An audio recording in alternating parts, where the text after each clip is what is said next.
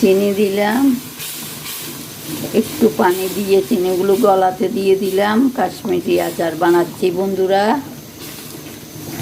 কাঁচা আম দিয়ে। এই টাইমে কাঁচা আম শেষ হয়ে গেলে আর বানাতে পারবো না, তাই বানানো শুরু করে দিলাম। এখন চিনিগুলি উতরাচ্ছে।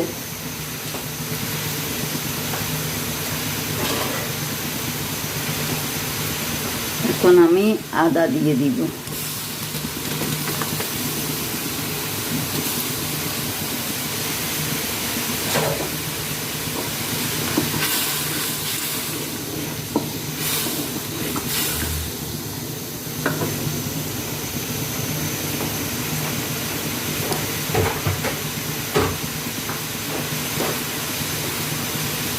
আমগুলি ঢেলে দিব।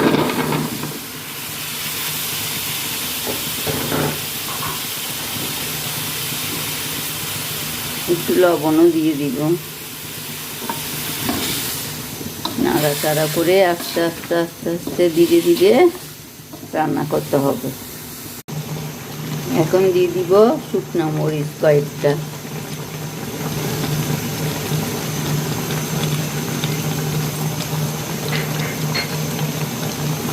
আর একটু ঘন হলে একটু ভিনিগার দিব। ভিনিগার দিয়ে তারপরে নামিয়ে ফেলবো। কাশ্মীরি আচার, মিষ্টি মিষ্টি আচারগুলি খেতে ভালো লাগে। আমার নাতিরা আসলে খেতে পারবে। বানাইয়ে রাখলাম, কখন আসে বলতে পারতেছি না। আসলে হয়তো বা খেতে পারবে নানির হাতের আচার। আম তো আর পাওয়া যাবে না, বানিয়ে রাখলাম কয়েক ধরনের আচার।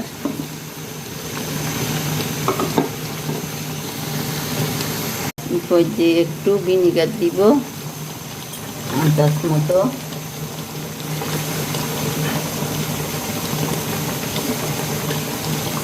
আধা কাপ ভিনিগার দিলাম।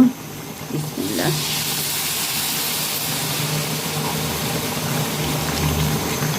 হয়ে গেল আমার কাশ্মীরি আচার।